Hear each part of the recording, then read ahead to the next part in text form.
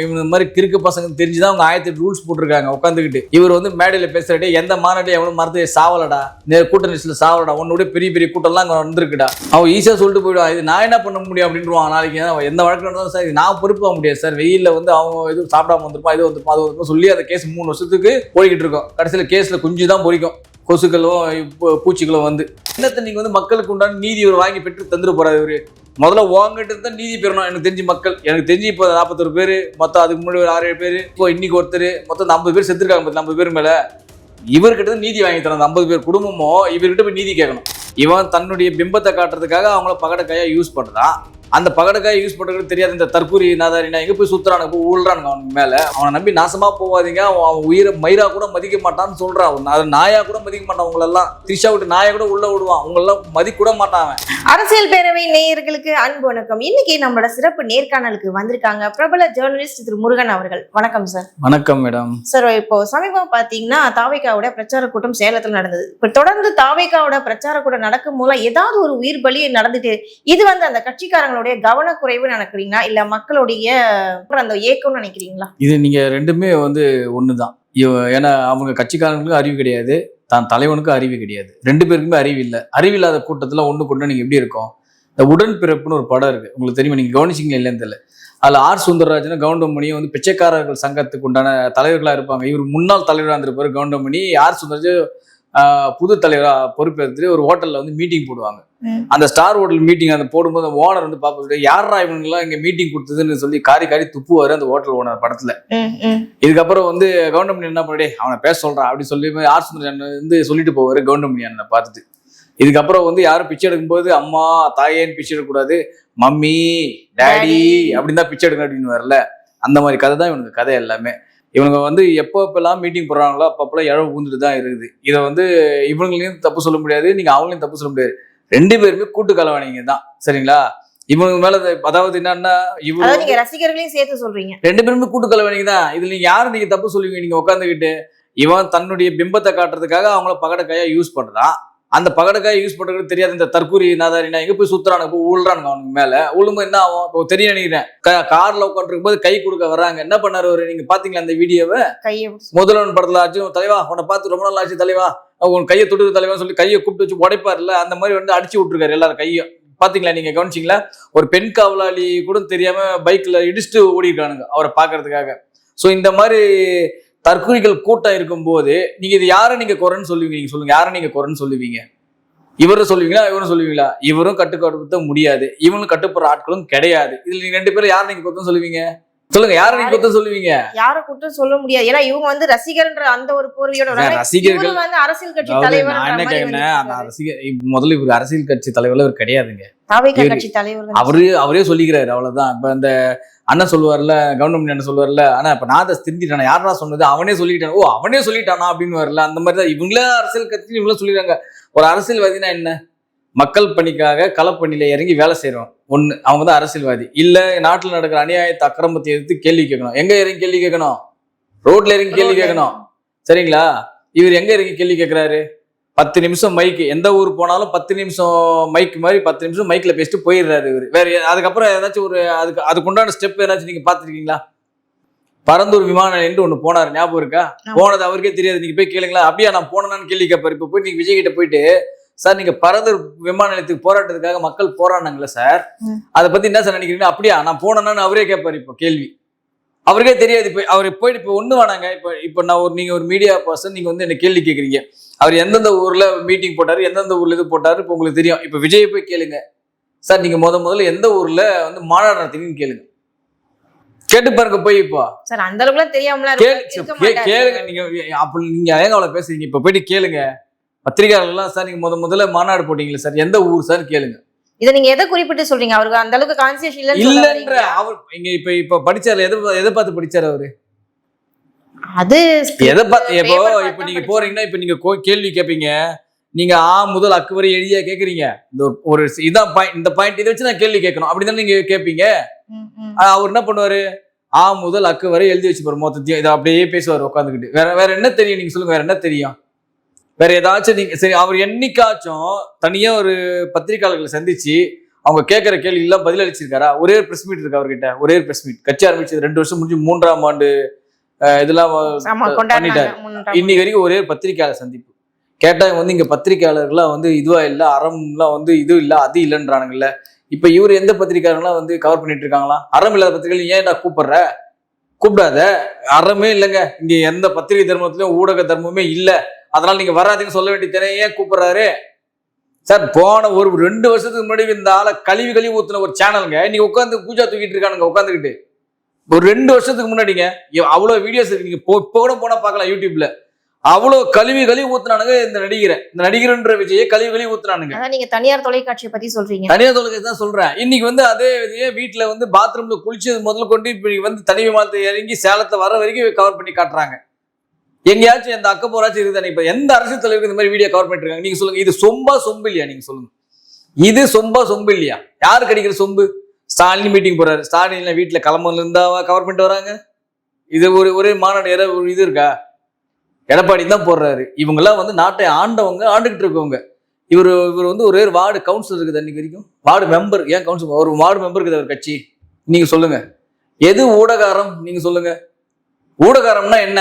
நியாயப்படி மக்கள் கிட்ட எல்லா விஷயத்தையும் எடுத்து சொல்றதா ஒரு ஊடகம். இவங்க என்ன பண்றாங்க ஊடகாரம்ன்ற பேர்ல? இவர் வந்து ஆனா வெளியில பேசுறாரு, என்ன பேசுறாருன்னா இங்க ஊடக அறமே இல்ல, அதனால வந்து இங்க நான் பேட்டி கொடுக்கறது இல்ல. ஒன்னும் இதுக்கு மேல ஒரு தடுத்து, அதாவது வடிவேல் என்ன சொல்ற மாதிரி தான், இது என்ன பிரமாதம், இது ஒரு சூப்பர் ஐட்டம் ஒண்ணு இருக்கு அப்படின்ற மாதிரி. இவர் விஜய், நீ விஜய், நான் விஜய் அப்படின்ற மாதிரி சொல்லிட்டு இருக்காரு ஒரு பைத்தியம். அது நம்ம சொல்லக்கூடாது. அவன் சொன்னதே தப்பா சொல்லிக்கிறேன்னா, இது ஒரு பைத்தியம், இது ஒரு பைத்தியம், இது ஒரு பைத்தியம், இப்படிதான் நியாயமா சொல்லியிருக்கணும். கரெக்டுங்களா? இப்ப சமீபத்துல வந்து ஒரு பெரிய ஊடகத்துல பேட்டி எடுக்கிறாங்க. வேர் இஸ் விஜய் அப்படின்னு கேட்கறாங்க.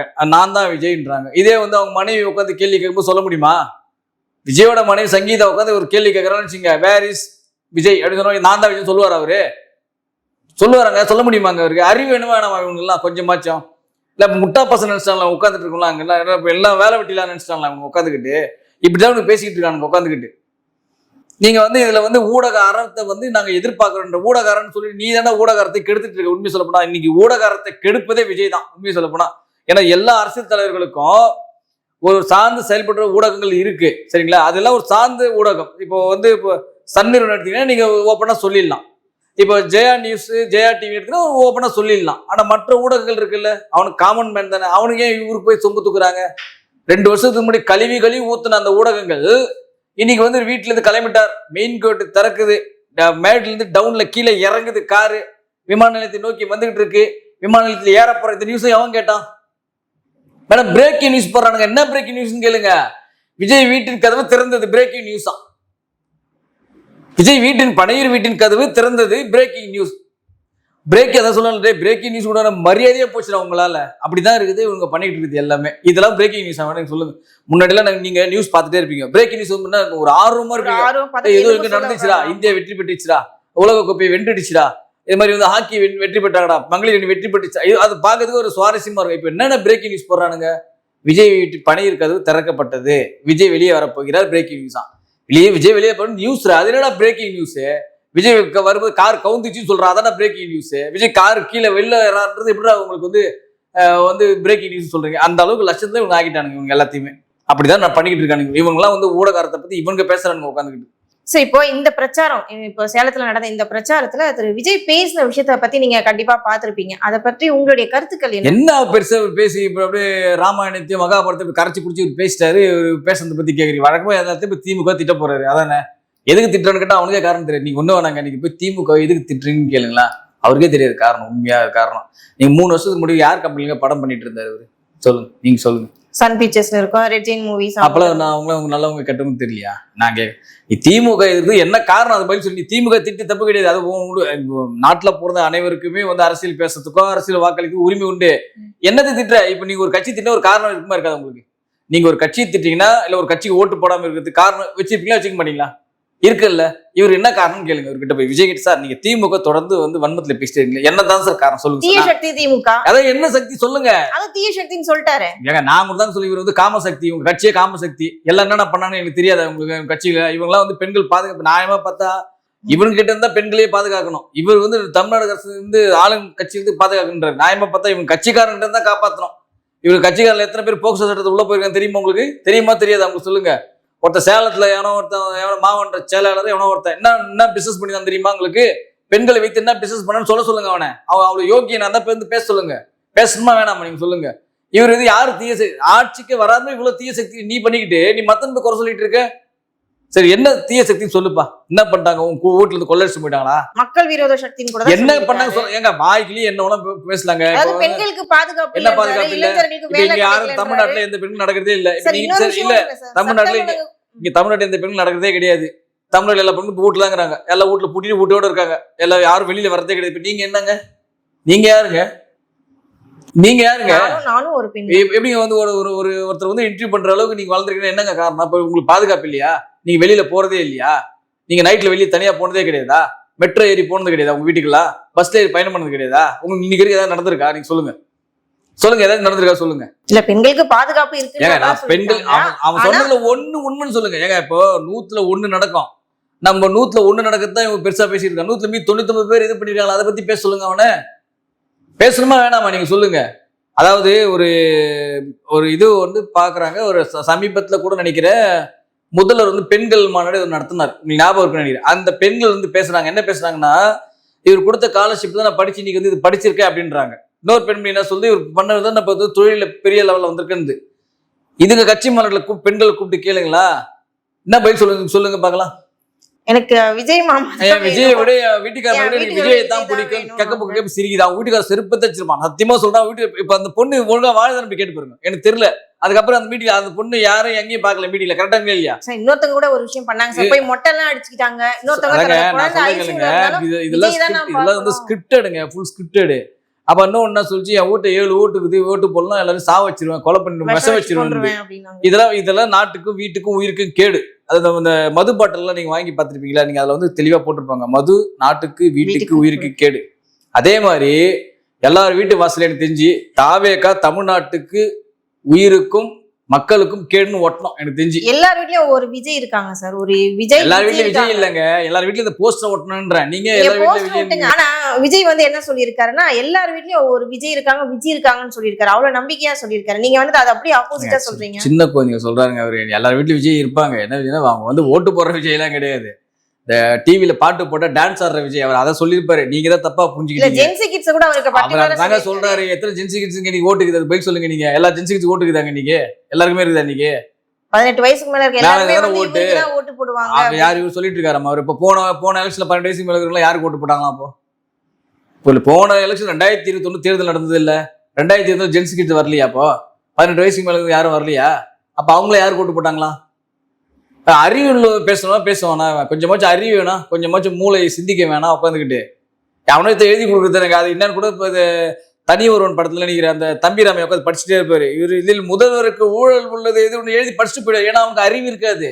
ஏதோ ஒரு இதுல வந்து ஒரு மினிஸ்டர் ஆயிருப்பாரு அந்த படத்துல. பாத்துருக்கீங்களா? நாசர் உட்காந்து ஆள் பாப்பாரு, என்னடா ஆட்சியை கவுத்துற உங்களுக்கு அந்த மாதிரி தான். நீங்க இன்னும் எழுதி கொடுங்களா?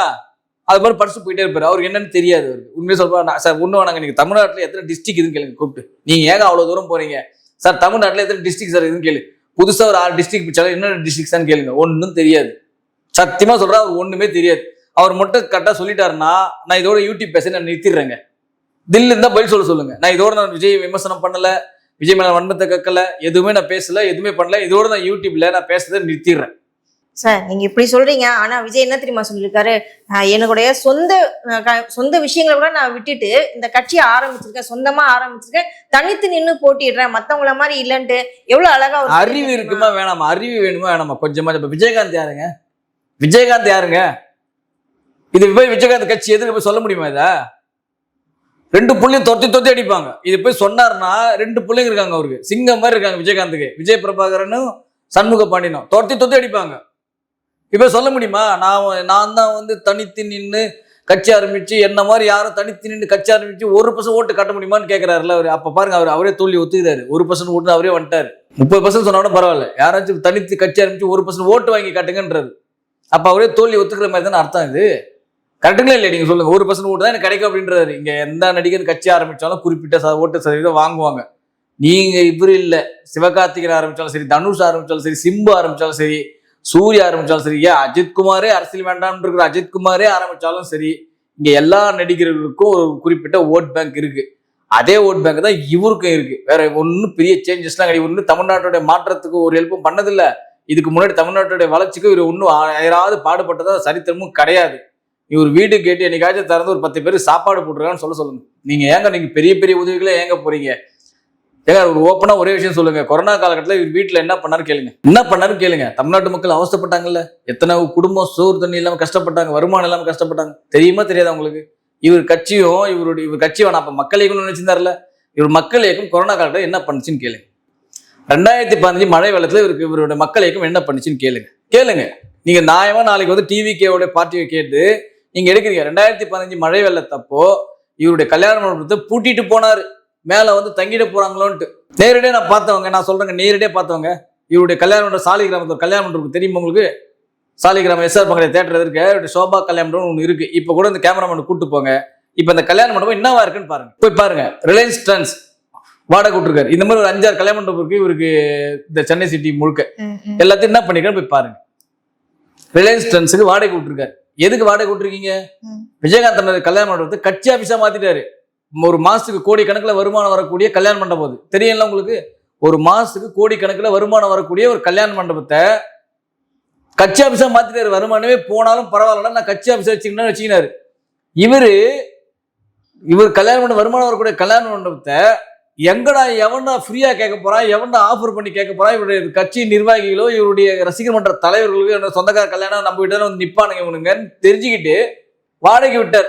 கல்யாண மண்டபத்தில் வாடகை விட்டார். மேலும் அதுக்கு அதிகமான வாடகை கிடைக்குது. இப்போ சொல்லுங்க, இவர் தமிழ்நாட்டு மக்களுக்கு இவர் என்ன பண்ணுவார்? நீங்க சொல்லுங்க சார். அவரு இப்போ இன்னொரு விஷயம் கூட சொல்லியிருக்காருல்ல, நான் வந்து தமிழ்நாட்டு மக்களுக்காக நீதி கேட்டு வந்திருக்கேன், நான் இவங்களுக்கு வந்து படை வீரனா பாதுகாவனா இருக்க போறேன்லாம் சொல்லியிருக்காரு. இதுக்கு முன்னாடி இவர் வர்றதுக்கு முன்னாடி வந்து தமிழ்நாட்டு மக்கள் நல்லா இருந்தாங்க.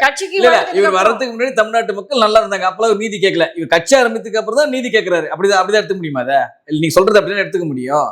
நீங்க எல்லாமே நீங்க அப்படிதான் நீங்க சொல்றது என்ன? இப்ப இவர் கட்சி ஆரம்பிக்கிறதுக்கு முன்னாடி வரைக்கும் தமிழ்நாட்டுல எல்லா மக்களும் நல்லா இருந்தாங்க, யாரும் நீதி கேட்கல. இவர் கட்சி ஆரம்பிச்ச பிறகுதான் தமிழ்நாட்டு மக்களே நீதி கேட்கிறாரு. அப்படிதான் அர்த்தமா? அது அப்படி இல்ல சார். தமிழ்நாட்டு மக்களுக்காக நான் குரல் கொடுக்க நான் இருக்கேன், பாதுகாப்பு. எங்கேயா போனேன் நான்? அதுதாங்க இவ்வளவு நடிகனா இருந்தாலும் நடிகனா இருந்தாலும் குரல் கொடுக்க மாட்டாரு. கட்சி ஆரம்பிச்சதை குரல் கொடுப்பாரு. ஆமா, கட்சி ஆரம்பிச்சதை குரல் கொடுப்பாரு. நடிகனா இருக்கும்போது ஒரு குரல் கொடுக்க மாட்டாரு. நீ எக்கன கெட்டு போ, நாடு எக்க நாசமா போனாலும் பரவாயில்ல, என் படம் வியாபாரம் ஆகணும். ஏங்க இலங்கை தமிழர்கள் பிரச்சனையப்போ வேட்டைக்காரன் படத்துல குத்துப்பாட்டு இருக்கு, நீங்க கவலைப்பட சொன்னதுதானுங்க இவரு. வெக்கமா இல்ல? இவரெல்லாம் வந்து நாட்டை பத்தி பேசுறான், மக்களை பத்தி பேசுகிறான். என்ன போராட்டம் நடந்துட்டு இருக்கு? இலங்கை தமிழர்களுக்காக நடிகர் சங்கம் போராட்டம் பண்ணிட்டு இருக்காங்க. அங்க போயிட்டு போன படத்துல வந்து நீங்க குத்துப்பாட்டு இல்லை, நீங்க கவலைப்பட்டீங்களாமே? இந்த படம் வேட்டைக்காரன் படத்துல நிச்சயமா 2 குத்துப்பாட்டு வச்சிருக்கேன்றாரு. அதை கைத்தட்டி ரசிச்சானுக்கு பாருங்க. அந்த தற்கொலைகளை நீங்க என்னன்னு சொல்லுவீங்க? நீங்க சொல்லுங்க. இவர் வந்து நீதிக்காக போறாரோ? இவர் பண்ண நீதியை தான் நம்ம பார்த்தோமே. உட்காந்து நீதிக்காக போறாரோ தான் 40 பேர் இறந்த செய்தி கேட்டு கூட போய் ஹாயா போய் வீட்டுல படுத்துதான் இவரு. நல்லா நீதிக்காக நாங்க தான் பார்த்தோம், நீதிக்காக போற விஷயத்தை தான். சார், இப்ப இந்த 43 பேர் இறந்தது சொல்லும் போது ஞாபகம் வருது. இப்ப சேலத்துல வந்து ஒருத்தர் இறந்திருக்காருன்ற நான் உங்ககிட்ட நீங்க வரும்போது நான் என்ன சொன்னேன் உங்ககிட்ட, அந்த இந்த ஷூட் எடுத்து நான் உங்ககிட்ட சொன்னேன், ஞாபகம் இருக்கா? சத்தியமா பாருங்க, நீங்க எவனாச்சும் ஒரு பணம் விழுன்னு சொன்னதா இல்லையா உங்ககிட்ட? நீங்க சொல்லுங்க, சொன்னா இல்லையா? வெறும் 5000 பேரும் 4500 பேரும் கலந்துக்கிட்டாங்க, சொன்னா இல்லையா? நடந்துங்களா இல்லையா? சொல்லுங்க. இதுதான் சொல்றேன்ல, இவனுக்கு எவனுக்குமே உயிரை பத்தியோ இதை பத்தியோ ஏதோ ஒரு பெண்மணி தான் நினைக்கிறேன் சொல்லுது, ஞாபகம். உயிரே போனாலும் பரவாயில்ல, தளபதி விஜய் ஜெயிக்கிறது. இன்னொரு பைத்தியக்கார பையன் என்ன பண்றான், நான் செத்தாலும் பரவாயில்ல விஜய் சிஎம் ஆகும்ன்றான். ஆனா லூசு பையில செத்தா நீ எப்படா சிஎம் ஆகும்? உனக்கு ஓட்டே கிடையாதுடா. அவனதான் இவங்களுக்கு அறிவுங்க. இப்ப ஒன்னும் எவ்வளவு சொல்லுவீங்க? நீங்க சொல்லுங்க. 1 2 தான் சொல்லுவோம். இவங்க 27 சரிங்களா? அவர் 27, இவங்க 27. இது எதுக்கு தெரியுமா சொல்றேன்? ஏன்னா அவங்க அவ்வளவுதான் அறிவு. இருந்தாலும் என்ன சொல்லணும் கேட்டு பாருங்க. அவர் என்ன சொன்னாலும் ஆமா சார், ஆமாந்தலி. இந்த மின்சார கண்டா படத்துல 3 பேர் பார்த்தீங்கன்னா மன்சூர் என்ன சொன்னாலும் ஒரு ரியாக்ஷன் காட்டுவாங்க. நீ பார்த்துட்டு நீங்க என்னதாண்டா ரியாக்ஷன் காட்டுறீங்க அப்படின்னு வரல. அந்த மாதிரி தான் இவங்க எல்லாருமே. அவங்க என்ன பண்ணலாம் அப்படியே ஒரே மாதிரி ரியாக்ஷன் காட்டுவானுங்க. எதுவுமே தெரியும், அவருக்கும் தெரியாது, இவங்களுக்கும் தெரியாது. உண்மை சொல்ல போனா இப்போ வந்து நம்ம விமர்சனம் பண்றது கூட இவங்களை வந்து இதுல பண்ணல. நீங்க நல்லா இருக்குன்னு தான் நினைக்கிறேன். அவனை நம்பி நாசமா போவாதீங்கன்றான். அவனை நம்பி நாசமா போவாதீங்க. அவன் உயிரை மயிரா கூட மதிக்க மாட்டான்னு சொல்றான். அதை நாயா கூட மதிக்க மாட்டான். அவங்களெல்லாம் அவன் வீட்டு நாயை கூட உள்ள விடுவான். அவன் ஓப்பனா சொல்ற, த்ரிஷா வீட்டு நாயை கூட உள்ள விடுவான். அவங்களெல்லாம் மதிக்க கூட மாட்டான் அவன். அதுக்கு நான் சொல்றது திரும்ப, அவனை நம்பி போவாதீங்கன்ற, உங்க உயிரை பாதுகாத்துன்னு சொல்றதுக்கு காரணம் தான். இவ்வளவு நேரம் உட்காந்து நம்மளா யூடியூப்ல கத்திட்டு காரணமே தான். அவன் அரசியல் வந்தா நமக்கு என்ன, வரலன்னு நமக்கு என்ன, அதை பத்தி ஒன்றும் யூஸ் பண்ண கிடையாது. இவங்க மக்களோட உயிரோட விளையாடக்கூடாது இல்ல. நீங்க சொல்லுங்க. இப்ப மேடம் நீங்க இருக்கீங்க, ஒருத்த நல்லவனா இருப்பான் கெட்டவனா இருப்பான், ரைட்டு. நீ போய் அவனுக்காக அடிபட்டு சாவீங்களே நீங்க சொல்லுங்க. அடிபட்டு மிதிப்பட்டு உன் வாழ்க்கை இருந்து குடும்பத்துல இருந்து அவனுக்காக போய் சாவீங்களா? அவன் நாளைக்கு கண்டுப்பானா? அவன் ஈஸியா சொல்லிட்டு போயிடுவான், இது நான் என்ன பண்ண முடியும் அப்படின்ட்டுவான். நாளைக்கு எந்த வழக்கு நடந்தாலும் சார் இது நான் பொறுப்பாக முடியாது சார், வெயில்ல வந்து அவன் இது சாப்பிடாம வந்திருப்பான், இது வந்திருப்பான், அது வந்திருப்பான் சொல்லி அந்த கேஸ் 3 வருஷத்துக்கு போய்கிட்டு இருக்கோம். கடைசியில கேஸ்ல குஞ்சு தான் பொறிக்கும், கொசுக்களும் பூச்சிகளும் வந்து. உங்களுக்கு தெரியாதா? உங்களுக்கு இப்படிதான் நடந்துட்டு இருக்கும். அது கூட இன்னொரு விஷயம் நம்ம யோசிக்க வேண்டிய ஒரு விஷயம், ஒரு பிரச்சாரம் நடத்தணும்னா அதுக்கான குறிப்பிட்ட டைம் இருக்கு இல்லையா? அதே 12 மணிக்கு 3 மணி இவங்க தானே டைம் வந்து பர்மிஷன் கேட்டிருக்காங்க. இவங்க தான் அந்த டைம் கேட்டிருக்காங்க. இவங்க தான் கேட்டாங்க. அந்த டைமுக்கு 1008 ரூல்ஸ் போட்டிருக்காங்க. இவங்க இந்த மாதிரி கிறுக்கு பசங்க தெரிஞ்சுதான் அவங்க 1008 ரூல்ஸ் போட்டிருக்காங்க உட்காந்துக்கிட்டு. இவர் வந்து மேடையில பேசுறடே எந்த மாநாட்டையும் எவனும் மறந்து சாவலடா, கூட்ட நெரிசல சாவலடா, உன்னோட பெரிய பெரிய கூட்டம்லாம் அங்க வந்திருக்குடா, ஆனா எவனும் சாவல. நீ சாவற மாதிரி நீ பிளான் பண்ணி நீ பண்ணிட்டு என்ன பண்ணுவாங்க? உங்களுக்கு எல்லா ரூல்ஸும் தான் போடுவாங்க உட்காந்துக்கிட்டு. இது மாதிரி கரெக்டா பேசணும், நீ என்ன பேசணும்னு சொல்லலையே. அவங்க இவங்க யாரும் மரியாதைக்குரிய நீ பேசக்கூடாது எதுவுமே சொல்லலையே. அந்த மாதிரி என்ன ரூல்ஸ்ல இருக்கா? காவல்துறை அதிகாரம் வந்து கொடுத்துருக்கா? நீ வந்து ஸ்டாலினை திட்டக்கூடாது, எடப்பாடி திட்டக்கூடாது, அதெல்லாம் ஒன்றும் சொல்லலையே. கரெக்டா வாங்க, கரெக்டா போங்க, அந்த டைமுக்கு வந்து. எங்களுக்கு வந்து பாருங்க, அப்ப கூட இந்த கூட்ட கெட்டு குடிச்சா பரவாயில்லன்னு முதல்வர் விடலையே. கட்டுக்கொப்பா இருக்கணும் எங்களுக்கு. எனக்கு மக்கள் மீது நம்பிக்கை. நீ போயிடுவே நாளைக்கு. இன்னைக்கு ஆட்சி செஞ்சுட்டு யாரு? திமுக ஆட்சி தான். திமுக எந்த கட்சியோட அவங்களுக்கு என்ன வேணும்? அவங்களுக்கு என்னைக்குமே மக்கள் நலன் தான் முக்கியம். ஏங்க அவங்க 1008 விமர்சனம் வைங்க, அந்த ஒரு கட்சி மேல 1008 விமர்சனம் வைங்க, அவங்கள பத்தினா மக்கள் நலன் தான் முக்கியம். இப்ப கரூர்ல ஸ்டாம்பேட் நடக்குது, 41 பேர் இறக்குறாங்க. சென்னையிலிருந்து சம்பந்தம் இல்லாத கட்சிக்காரங்களும் அவங்க வந்து பார்க்க வராங்க. சம்பந்தப்பட்ட கட்சிக்காரர் இங்கிருந்து சென்னைக்கு போயிட்டாரு. எப்படி இருக்கு இவங்க? தற்கொலை ஏன்டா ஓடனா? இன்னைக்கு வரைக்கும் எவனாச்சும் பைக் சொன்னாங்க? இன்னைக்கு வரைக்கும் அவன் கட்சிக்காரன் எவனாச்சும் உங்களுக்கு தெரியல, ஒரு வாரமா எங்க எவனுமே இல்லை. ட்விட்டர்ல உட்காந்து லப்ப கத்திட்டு இருந்தானுங்க. அந்த கரூருக்கு முன்னாடி பாத்தியா கூட்டத்தை பாத்தியா? எங்க ஆள் மிரட்டுவாரு, எங்க ஆள் தெறிக்கி விடுவாரு, அரபிக்கடல்ல வந்து அலற விடுவாரு, வங்காள விரிகுடாவை வீர விடுவாரு, இந்திய பெருங்கடல பிளாஸ்ட் பண்ணுவாருன்னு இருந்தாங்க உட்காந்து கரூர் ஸ்டாம்பேட் முன்னாடி இருக்கும்.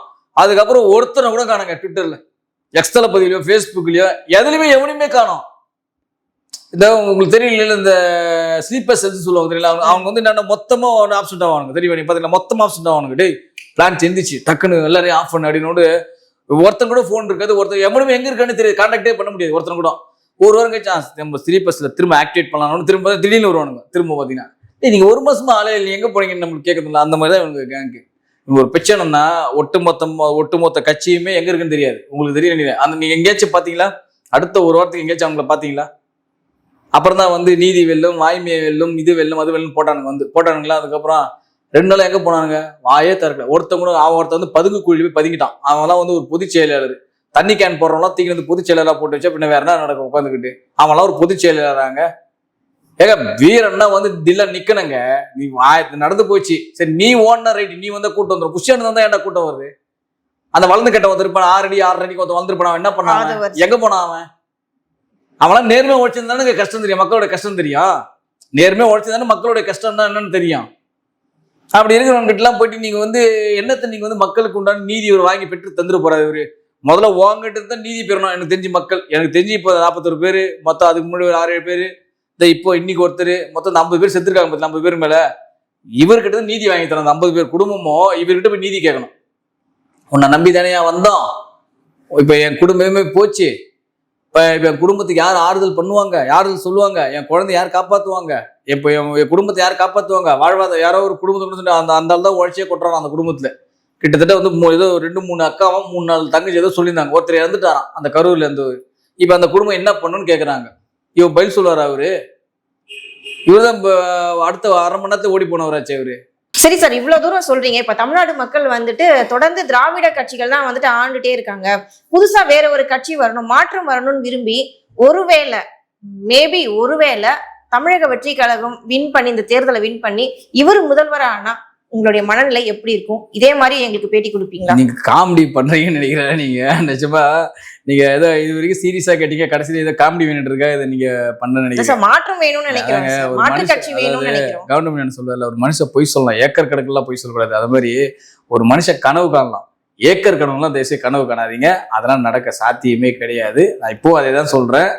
ஒரு தொகுதியில 4000 ஒரு 10,000 ஓட்டு வரும், அவ்வளவுதான். ஏன்னா இவருடைய ரசிகர்கள் ஓட்டு போடுவாங்க. இவருடைய இந்த இது சொல்லார்ல, குழந்தைகள் பின்னாடி நின்று அம்மா அம்மா அம்மா டிவிக்கே சொல்லுமா டிவிக்கே சொல்லுமா சொல்லிட்டாங்கல்ல. விசில் சின்னம். அவங்க என்னதாங்க, ஒரே வீட்லயே வந்து இப்ப எனக்கு கூட தான் விஜயகாந்த் பிடிக்கும். அதுக்காக வந்து எங்க அம்மா அப்பா என் தம்பி நான் விஜயகாந்த் போய் போடுங்க நான் வற்புறுத்தம் தான் கிடையாது. எந்த கட்சிக்காரனோ எந்த இதுவும் சொன்னதா கிடையாது. நிஜமா சொல்றேன். இவர் வந்து அதாவது வந்து இப்ப எல்லாருமே வந்து பகல் கனவு காண்றான்னு சொல்லுவாங்க, சரிங்களா? இவர் பகல் கனவு கூட காணல. இவர் வந்து டோட்டலா வாழ்ந்துட்டு இருக்காரு. கனவோட வாழ்ந்துட்டு இருக்காரு. அவரை நீங்க கூப்பிட்டு கேட்டீங்கன்னா நீங்களே வந்து ஒரு அரை மணி நேரத்துக்கு வடிவேலு மாதிரி சிரிப்பீங்க. இதான் நடக்கும் உண்மையா சொல்ல போனா. தொடர்ந்து பேசலாம் சார். நன்றி, வணக்கம். தேங்க்யூ.